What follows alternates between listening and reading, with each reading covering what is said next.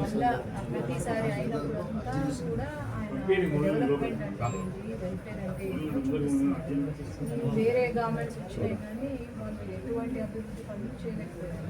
ఎక్కడైనా అభివృద్ధి జరిగిందా అంటే ప్రతిసారి ఏ ఊళ్ళో అయినా చెప్పేది ఒకటే, అప్పుడు టీడీపీ ప్రభుత్వం వేసిన రోడ్డే, టీడీపీ ప్రభుత్వం వేసిన ట్యాంకులే, స్కూళ్ళు ఇవి కూడా అన్ని టీడీపీ అని అంటారు కానీ ఎప్పుడు కూడా వేరే పార్టీ పేరే ఎత్తేది లేదు, ముఖ్యంగా మన మందికి. కాబట్టి అభివృద్ధి అంటే ఏంటి, లేకపోతే సంక్షేమం అంటే ఏంటి, అది సీఎం గారిని చూసి మనము నేర్చుకోవాల్సిన అవసరం అయితే ఉంది. ఇది దేశవ్యాప్తంగా ఒక ఎగ్జాంపుల్ మన సీఎం గారు.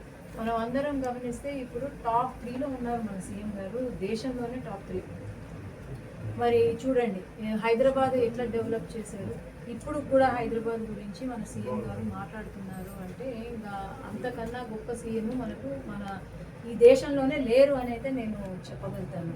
ఇప్పుడు మనం చూస్తే నీరు కానీ, లేకపోతే రైతుల సమస్యలు కానీ, మహిళల సమస్యలు కానీ, ఇప్పుడు మహిళలకు ఈ గ్యాస్ ఇస్తున్నారు, లేదంటే ఉచిత బస్సు ప్రయాణము వెళ్తున్నారమ్మా, ఉచిత బస్సు కానీ, ప్రతి పోయిన ప్రభుత్వం ఇస్తాము ఒక్కరికే ఇస్తాము ఇప్పుడు మోసం చేశారు. ఇప్పుడు అందరికీ ఇస్తామని చెప్పి అప్పుడు మోసం చేశారు. ఇప్పుడు మాత్రం అందరూ ఎంతమంది పిల్లలు ఉంటే అంతమందికి డబ్బులు పడుతున్నాయి. ఇవన్నీ కూడా పేదరిక నిర్మూలన కోసం చేస్తున్నారు. సీఎం గారి కోరిక ఏంటి, ప్రతి ఇంట్లో ఒక ఆంటర్‌ప్రెన్యూర్ ఉండాలి అని ఒక కోరికతో ముందుకు వెళ్తున్నారు. లొకేషన్ కూడా ఉద్యోగాలు కల్పించడం కానీ, లేకపోతే వేరే విషయాలు అయితేనేమి ముందున్నారు. కాబట్టి ఇలాంటి సీఎం దొరకడం మన అదృష్టం, మనం చేసుకున్న అదృష్టం అని నేను చెప్పగలుగుతాను.